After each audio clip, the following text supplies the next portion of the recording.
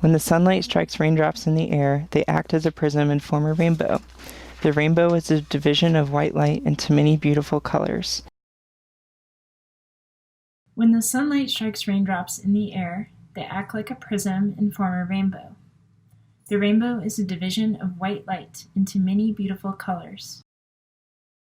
Hi everyone, my name is Amelia Cameron, and I had surgery at USON on August 21st, 2018. So it has been a little bit more than 14 months since I had the surgery. And I'm recording this video to talk a little bit about my experience and how my voice has progressed over the last 14 months. So my experience at USON was really amazing overall. It was fantastic. Jessie especially was really great. Everyone was so welcoming. I arrived in Seoul with my best friend.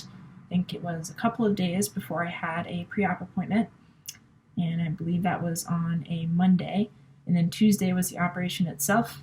I remember that I woke up and I almost immediately said hello to a nurse, and she said, no, you shouldn't be talking. And I learned very quickly that, for the first month of the recovery process, you're not supposed to be talking, which was, in retrospect, a little bit difficult, but well worth it. The month of no speaking, I quickly learned to use just a little bit of sign language to communicate with folks if I was going to get groceries or something like that. And it was honestly not too bad, although in the moment it did seem fairly difficult to not say a single word for an entire month. Although I'm sure I messed up here and there a couple of words on accident. The second month, then I was able to start speaking. I spoke in very short bursts, just little sentences here and there, saying little things.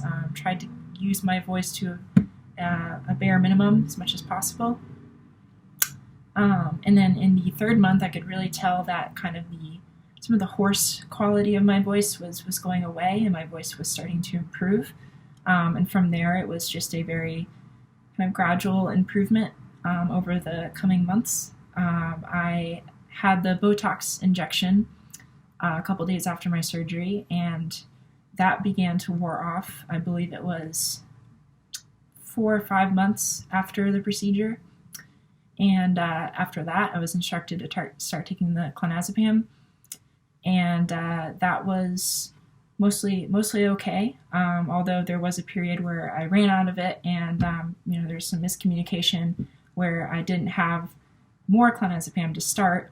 So I accidentally went through withdrawal period from the clonazepam before eventually starting it up again, and then I'm just now finishing up the last of the clonazepam that I will be taking.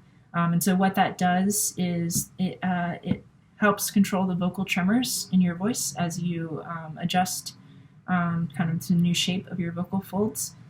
And I did have some difficulty in getting kind of more clonazepam refills because I think it was kind of an unfamiliar reason for having the medication for many doctors, at least in the United States. And so that's another thing. I'm based in Madison, Wisconsin, near Chicago, in the United States.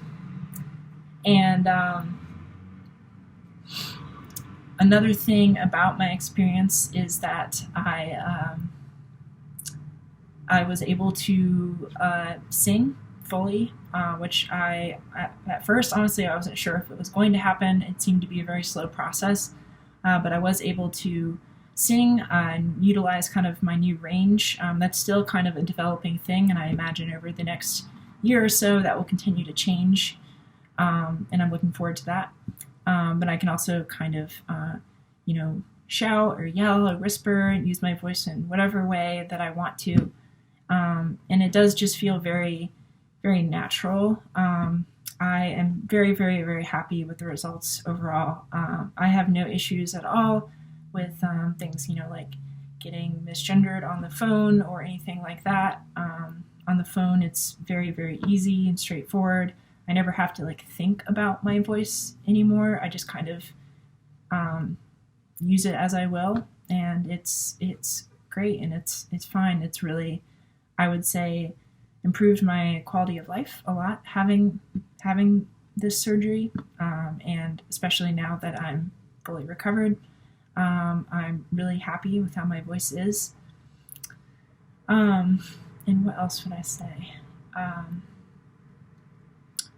And yeah, I would say that the recovery process does take a fair bit of time, but it's well worth the wait. You have that month of not talking and then a month of not talking as much for a bit, but really, like, the use of my voice extends into so many aspects of my life, and even with things like coughing, laughing, things like that, the effects of the procedure still come through, and it doesn't ever really sound artificial to me in any way, and it just produces this natural voice that I really enjoy, and I would definitely do it all over again with Yisan, and had a really amazing experience.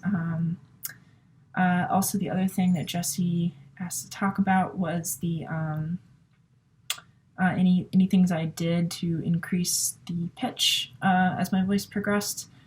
So I did pretty regularly follow the instructions for the voice rehabilitation exercises. So these were supposed to be repeated as a set, essentially 4 or 5 times a day.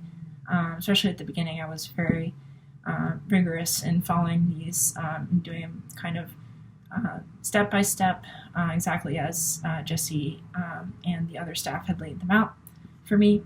And I think, admittedly, towards the end, I didn't always get it in every day. I didn't always get in 4 or 5 times.